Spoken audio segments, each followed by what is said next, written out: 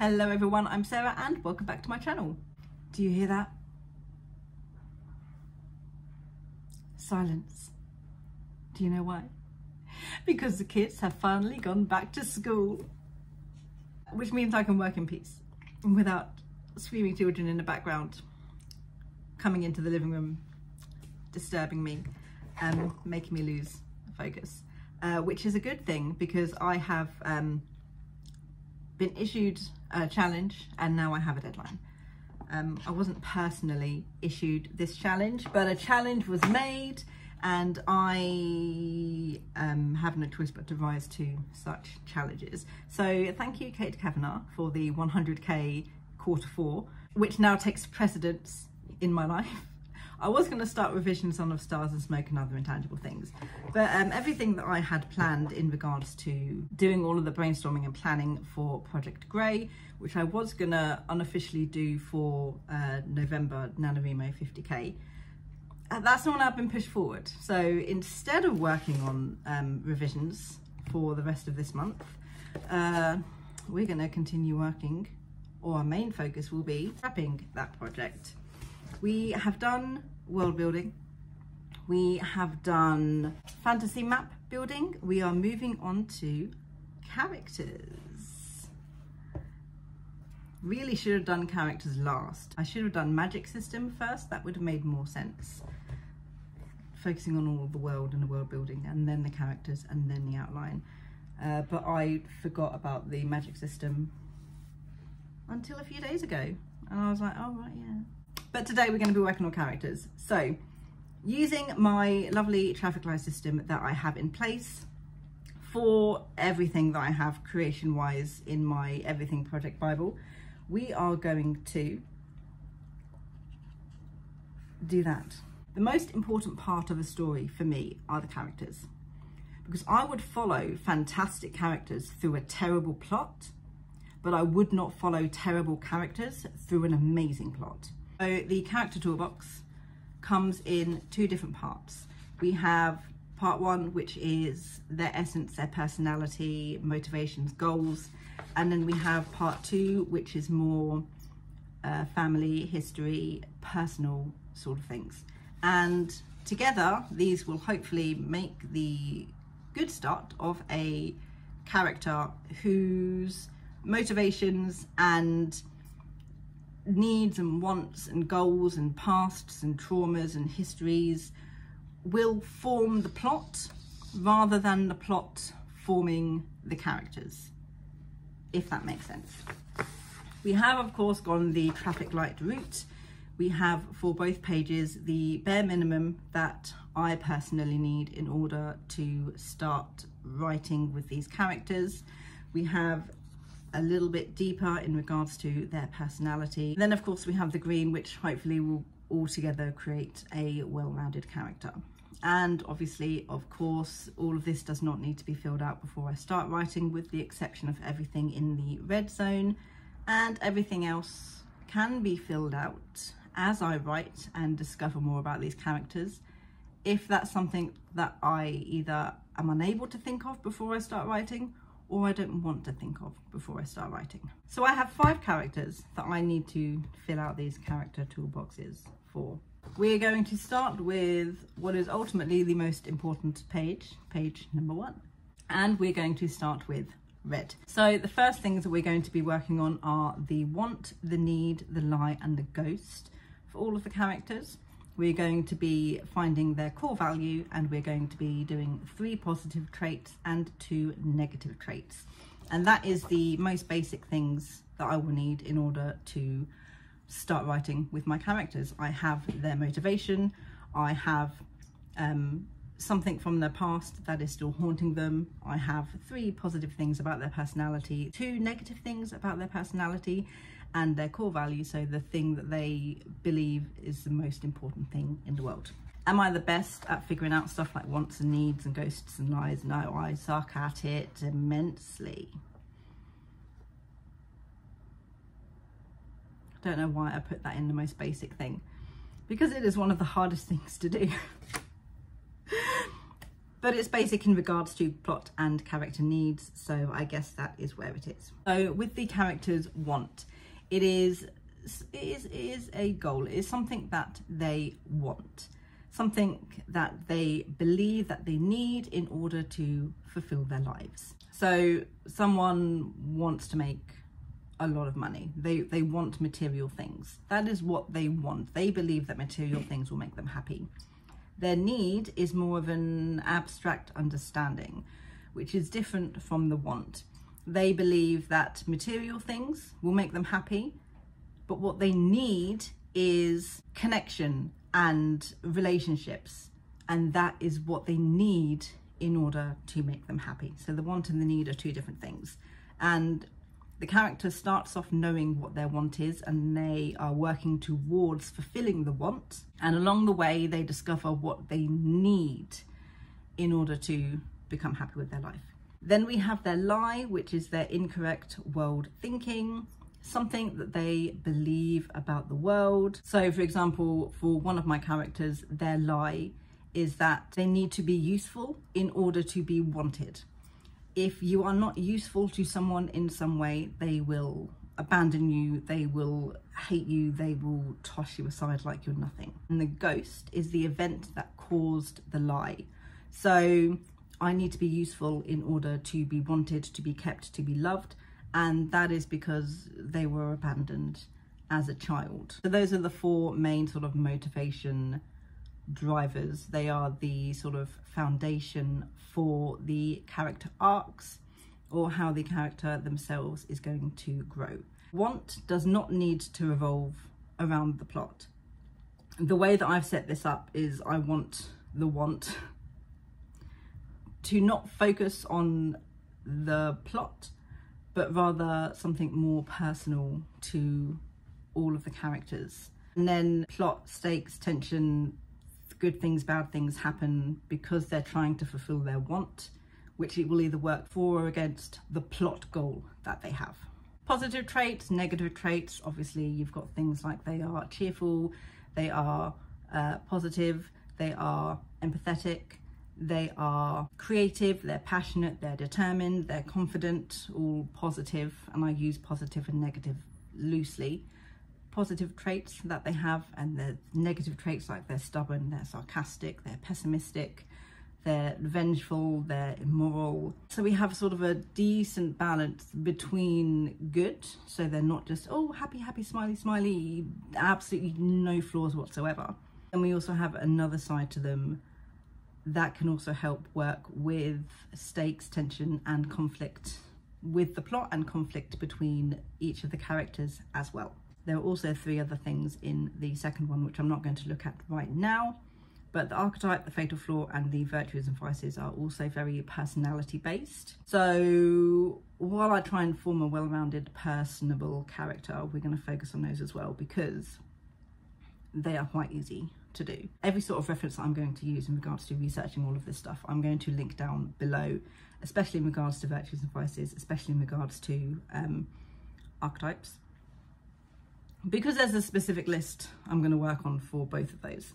Archetypes are specific types of characters that sort of share traits, goals, things that make that type of character recognizable to readers. So you have sort of archetypes like the mentor, the hero, the joker, the seductress. Is this 100% necessary? Not really, but if you can sort of find an archetype which sort of hits home to the type of character you have, it can then help inform the types of traits or the types of actions or the types of thoughts that they have. And that is another part of the foundation that you are then able to build upon to create your own characters.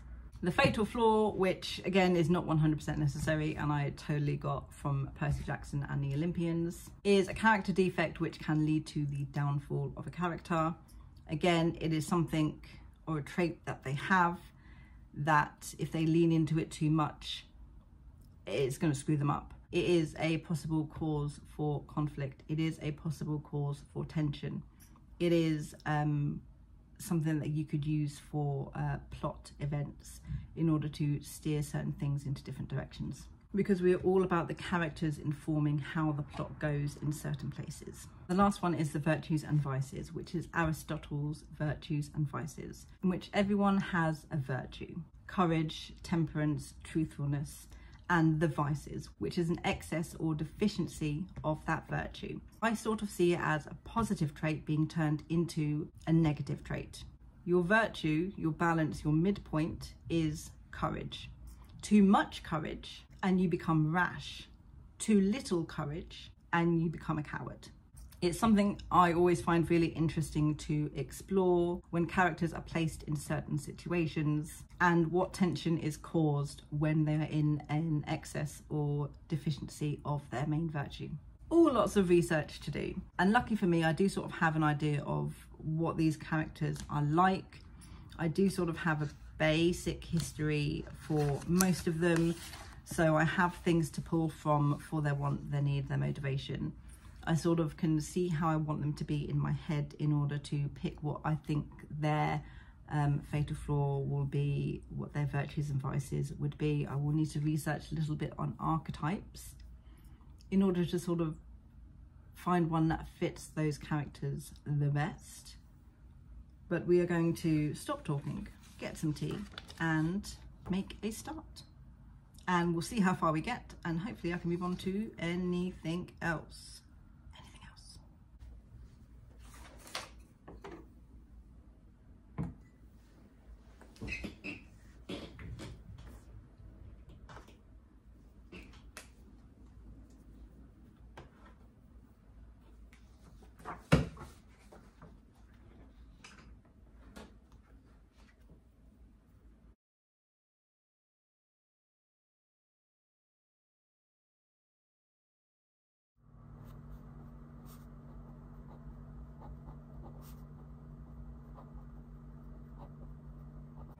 I completely forgot how much thinking this takes, and I also completely forgot how much I detest doing that much thinking in regards to the want and the need and the lie and the ghost, because it's difficult to do, because as much as it doesn't need to have a context within the plot, I needed to sort of think about what I know happens to these characters before the start of the story, and sort of try and have that inform their want and their need. The lie and the ghost as well, for a couple of the characters, was really, really easy. For my main character, it was not so easy, which I don't ever feel is a good thing, that a lot of these characters' motivations are formed, but the main character's motivation is not. But with the way that I've done the plot, it's a very difficult thing. For me, at least. It might not actually be that difficult, but in my head, yes it is. Project Grey is inspired by the story of Lady Jane Grey, the 9-day Queen of England. In the 6 months before the very start of my story, my main character Nola was made queen. She was queen for 9 days. The half-sister of the previous king, Violet, overthrew her, took the throne and imprisoned her. So for the past 6 months, Nola has been imprisoned. And we start the story with her escaping with the help of people who want to put her back on the throne. So we don't quite start in the middle of things, but we start after the sort of catalyst for the plot has started, if that makes sense. And because I didn't want anybody's wants to be too heavily focused on the plot itself, I had to sort of think back and dig a little deeper about what her want would be. And my main focus that I had, at least for the first half of the story, because wants can change for the characters as the story continues. It doesn't have to be the same want throughout the entire thing. The main thought that she has, she never wanted to be queen. She doesn't want any of this. She just wants to go back to her nice little normal life and not have to worry about any of it. So I feel that for her character, that was sort of the best want that I could come up with throughout the journey that she takes in order to fulfill the goal, the plot goal that she has. She's always going to have sort of at the back of her mind oh, I don't want to do this. Oh, this is too much for me. This is too much responsibility. I'm not the right person for this. I just want to go back and I want to live my normal life. And that's what she feels that she wants. That's what she feels that she needs in order to be happy again. Because the past 6 months and 9 days has been like a complete shit show for her. And in her head, anything to do with royal family and politics, that has made her unhappy. So back to her normal life is where she would be happy, which makes sense. But then it's like, okay, but then what does she need in order to actually be happy?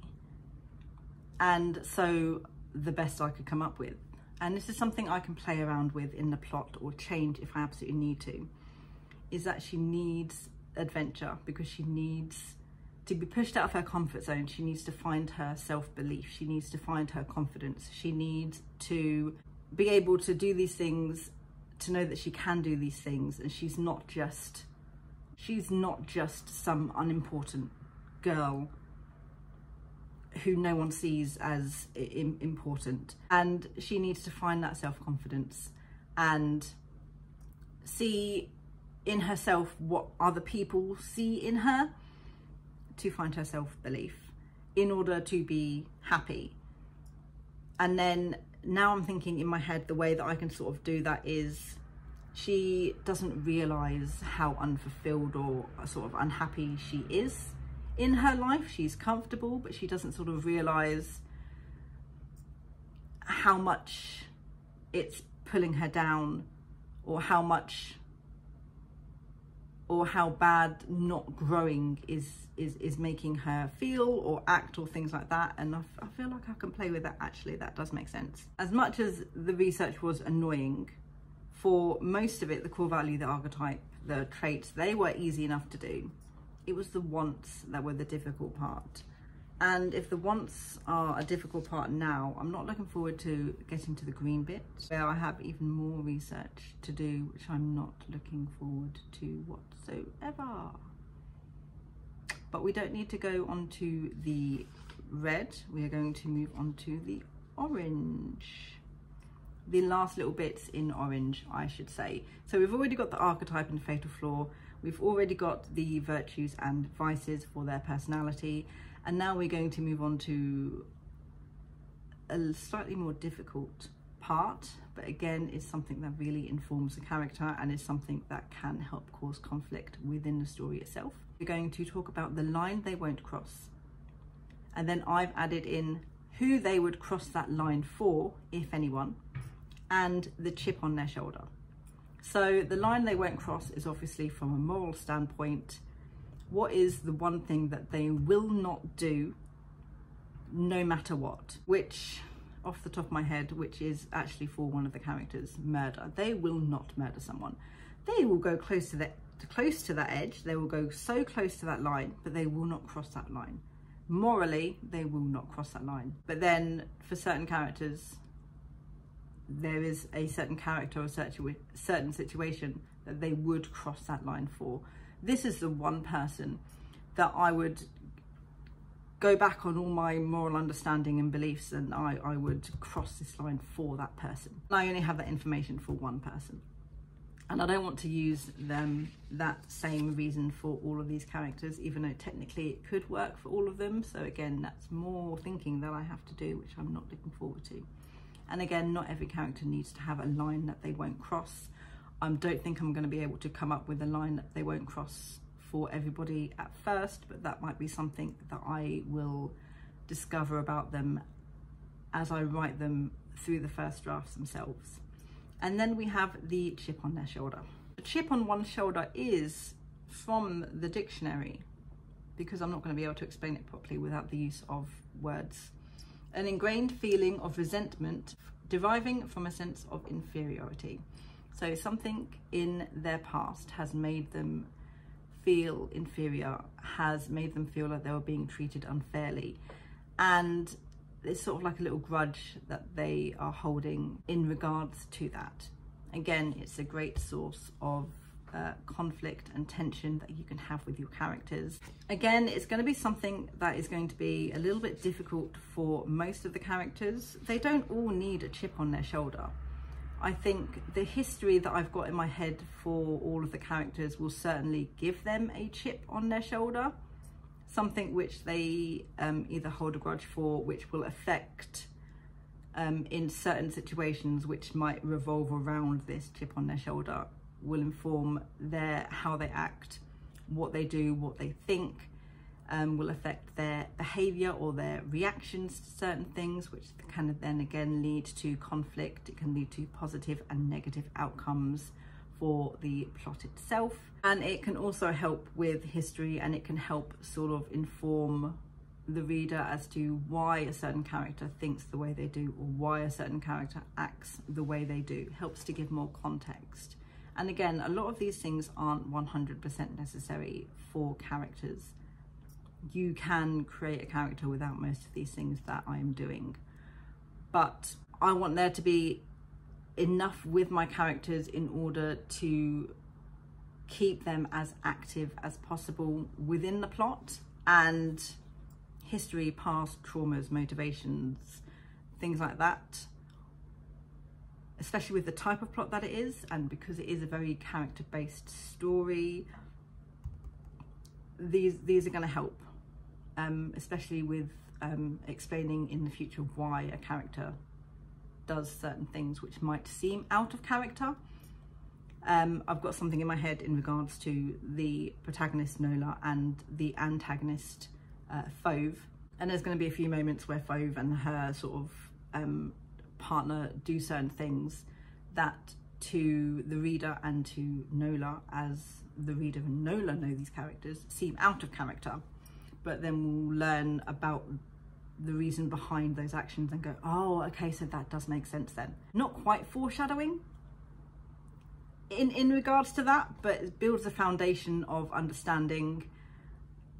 So if a character does do something that seems out of character, there's going to be a reason for it. And again, I over-explained that, so I do apologise. So I'm going to see if I can think of those for these characters as much as I can. And if I can't, we're just going to head straight to, because I'm avoiding this last page, I'm avoiding green as much as I can because that's thinking. We're going to move on to character toolbox number 2 for all of the characters, and start again with the easy bits. Okay, it sucked, but I did it. I came up with lines that all of the characters will not cross. I didn't fill in who they would cross it for most of the characters, because in my head there's going to be overlap. All of the main characters would cross their lines for each other, which sounds stupid. So I've left most of them blank, except for one, which is Nola's best friend, Romy. And the only reason I filled in what she would cross her line for is because that is actually a plot point. So we see the fallout of her crossing her self-imposed line that she won't cross, which is going to cause drama because her friends know that that is her line.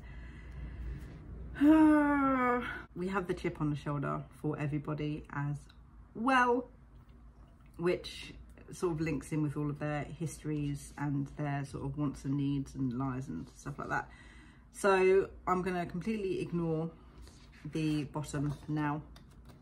We're not doing that. We're going to move on to page number 2. These are so much easier, at least these first two. This one, maybe not so much. History, yes, those not so much. So we're going to start with these, and I'm pretty confident and I'm feeling okay that I can fill out these first two quite easily for all of the characters. So with the traffic light system,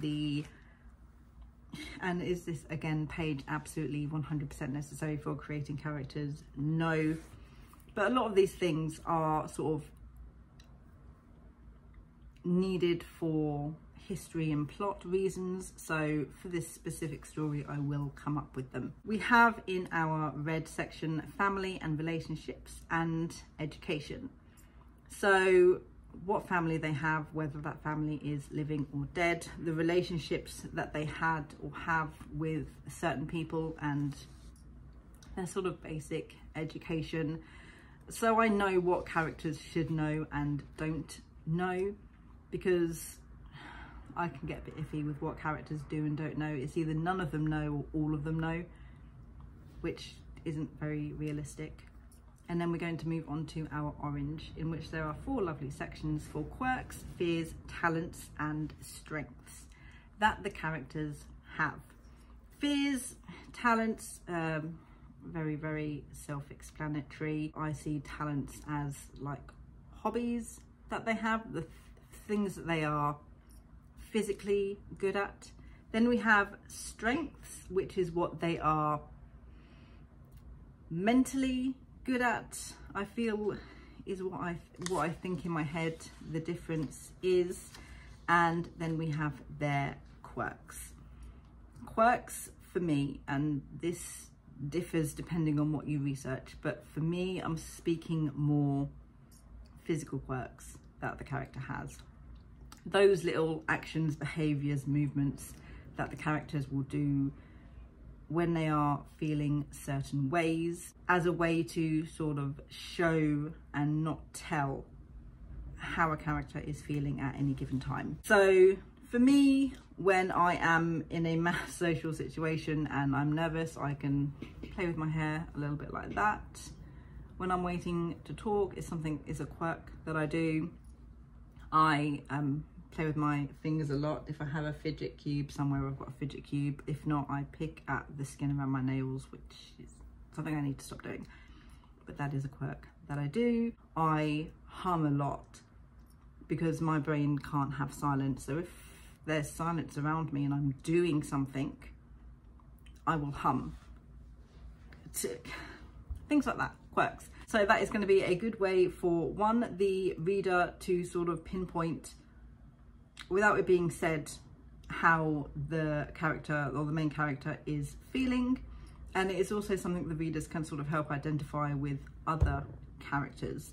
They can sort of cotton onto the fact that a certain character does this certain action subconsciously in certain situations, and then sort of link it to, oh, they do that a lot when they're hiding something, don't they? And then later on, the main character or the POV can sort of note, oh, they were playing with their hair or something, and the reader can be like, that means they're hiding something, and it opens up more questions, more intrigue, etc., etc. Those are going to be quite easy for me to fill out. I have a main fear for all of the characters in my Google Doc somewhere. Nola has a fear of being alone. So that fear stems from her history, it stems from trauma, so that is something I can explore. So all of them have a fear that stems from their past or their trauma. That is something that can link with their character arc and help them change and grow. And then I know one of my characters has a fear of horses, which I came up with randomly one day thinking about a scene in my head as I was walking to work. So now that's the thing. And, you know, maybe just like a couple of other little fears that some characters have, which may or may not have anything to do with the plot, but they're there to help outline or have something in there if I'm missing, you know, content in certain chapters. That is something that I can utilize if need be as another way to explore the characters. And I'm specifically doing the quirks because my characters all tend to have the same quirks, because it's just the same thing I write. They rolled their neck, or they played with their hair, or they did this, and it's like every single one of my characters does that, because that is the first thing that pops into my head as an action the characters can do. I can replace those with quirks, so they each have their own specific thing that they do, so that it's not repetitive for all of the characters. And their strengths again, and their talents, I can use those in certain situations for certain plot things, etc., etc. And I think I can fill out family and relationships for most of the characters as well, actually. I do know most of them, so we're gonna get started with that and then see how far my brain will let me get with the green sections on both of these, which are the sections that I am not looking forward to whatsoever, because they're going to require an awful lot of brain power, and I don't know if I'm going to have that once I'm done, but we'll discuss them regardless.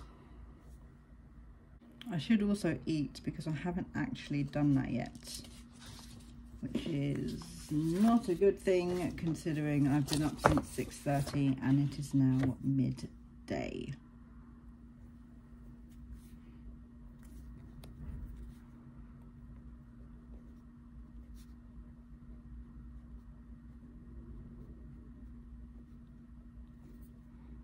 Is my brain working enough to do anything in the green section? It is not.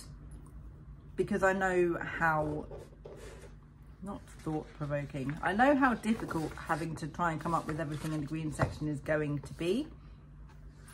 And I do not have the mental bandwidth for that at the moment. I've done enough thinking for today. We'll ignore the fact that I do these videos and sort of just not finish doing everything that I need to do in them. But that is the beauty of the traffic light system for the Everything Project Bible. So you do as much as you can, mentally, physically, and the rest is still there for you to either do later before you start, or to fill in after you start. That's there for a reason. So I've done lots of work. I've done enough to start with all of my characters. I don't feel like I haven't done what I need to do, which is a great place to be. It's a great thing to feel. I don't feel like I haven't done enough work because I haven't finished everything, which is something that I very much do a lot of the time. So it's nice that that pressure's sort of been taken off me. We have, for all 5 of my characters, filled out the majority now of the character toolbox for pages 1 and 2. I'm just going to quickly talk through now what I have in the green section for both of those. You'll understand why mentally I can't do that right now. It's too much thinking. For the first page, for their more inner self, we have 3 main things that I need to focus on. We have their highs and their lows. How do they behave and how do they act when they are feeling happy, when they are energized, and how do they behave and act when they are feeling down, depressed, sad? And do those 2 different actions fit together? Do they feel like they would be the same person? Again, it's so I have actions and thoughts ready to go for all of these characters based on their personality, based on how I have them in my head, rather than just making them up while I'm writing and having inconsistencies with the characters. The second thing is their external goal, motivation and conflict, and their internal goal, motivation and conflict. This links back to the want and need from the red section. The external goal is the thing your character thinks they need, and the internal goal is the thing your character actually needs. But we go a little bit of a step further. We go into the motivation behind these goals and the conflict that they face in order to achieve these goals. You can have a character whose internal goal is to be accepted for who they are, which sort of helps drive their external goal of trying to join some sort of society in order to find that acceptance. But we do like a conflict. You want to be accepted, and this is the goal you think you need to achieve in order to be accepted, but maybe there's something about achieving the external goal that clashes with their morality, that clashes with their beliefs, and that causes conflict within the character over whether or not to take the steps they need in order to achieve their external goal, or whether they find another way or do something else in order to help achieve their internal goal. That's what's going to be most difficult for me to do, I think, those 2 things, and I hope that made a bit of sense. But something needs to be standing in the way of your character achieving both their internal and external goal. Obviously, most of the time, something that is stopping you from achieving your external goal is an external force, an antagonist, for example, and conflict with your internal goal is usually something that is more internal, which, yes, is focusing more on the morality side of things, having to make a choice that you don't want to make, or do something you know that you're not going to want to do, but sort of feel like you have to in order to achieve what you want. And we also have on here the impossible choice. The impossible choice is sort of very rooted in your character. It is sort of the culmination of their goals. It's a culmination of the thing that motivates them. And a really good way to incite conflict and to incite stakes and tension is to have your characters forced to make that impossible choice. That links really nicely with the line that they won't cross. Let me take my one character who I know has a firm line that they won't cross is murder. They'll cross it for their friends, and their impossible choice can be, in the moment, do I cross that line that I will not cross to save my friends, or will I not cross that line and maintain plot specific stuff, and maintain that morality, and we want to push them to make that impossible choice, and the outcome of that choice will then again affect the plot, the characters, the stakes, tension in other ways. The character's depth is informing the plot, and the plot is moving forward based on the outcome of their decisions, which is based on their wants, their needs, their conflicts, their traumas, etc., etc. So all of these sort of link together, hopefully quite nicely, to have really in-depth, detailed, plausible and recognizable, identifiable, I'm just saying words now which I don't think mean what I think they mean, characters that you can relate to and understand and want to root for, basically. And then we have the second page in the green, we have their history, which, to be fair, for most of the characters I have sort of a basic history of them anyway. This can be as far back history as you want. I have it quite far back depending on what the character, depending on who the character is, but sort of detailing, you know, their past, negative experiences, positive experiences that they've had within their history. Again, that will help inform their character and their decisions throughout the plot of the story. Their best and their worst memory, which again isn't 100% necessary, but I think that is a fun little thing to explore with the character themselves, sort of way to get to know them just a little bit better.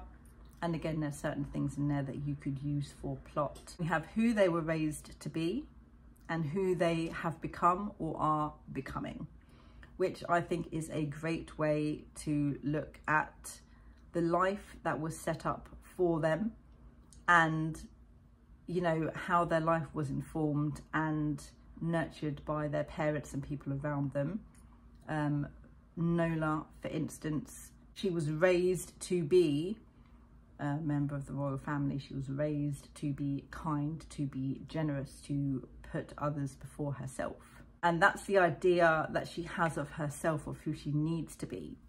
But because of situations, because of plot, because of the past events that have happened, she is becoming, or has become, this different person. So it's a great way to sort of have a contrast there over who the character thinks they should be or knows they should be, and they can sort of reflect on who they are becoming or who they have become in relation to that. A little bit of extra depth that isn't absolutely necessary, but